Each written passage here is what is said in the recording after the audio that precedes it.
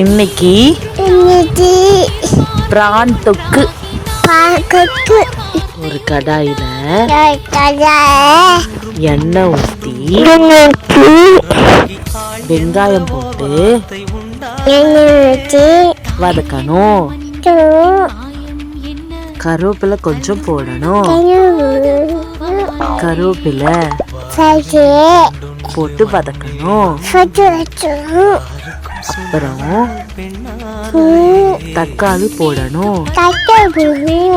அதையும் வதக்கணும். அப்புறம் இஞ்சி பூண்டு போடணும். அதையும் வதக்கணும்.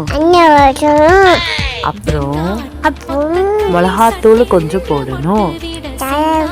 மிளகாத்தூள் கொஞ்சம் போடணும்.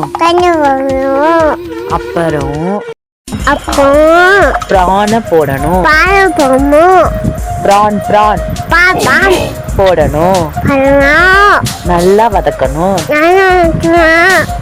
தேவையான தண்ணி ஊத்தணும். திருவி 4 முந்திரி கொஞ்சோண்டு சோம்பு போட்டு அரைச்சி இதை ஊத்தணும். அவ்வளோதான்.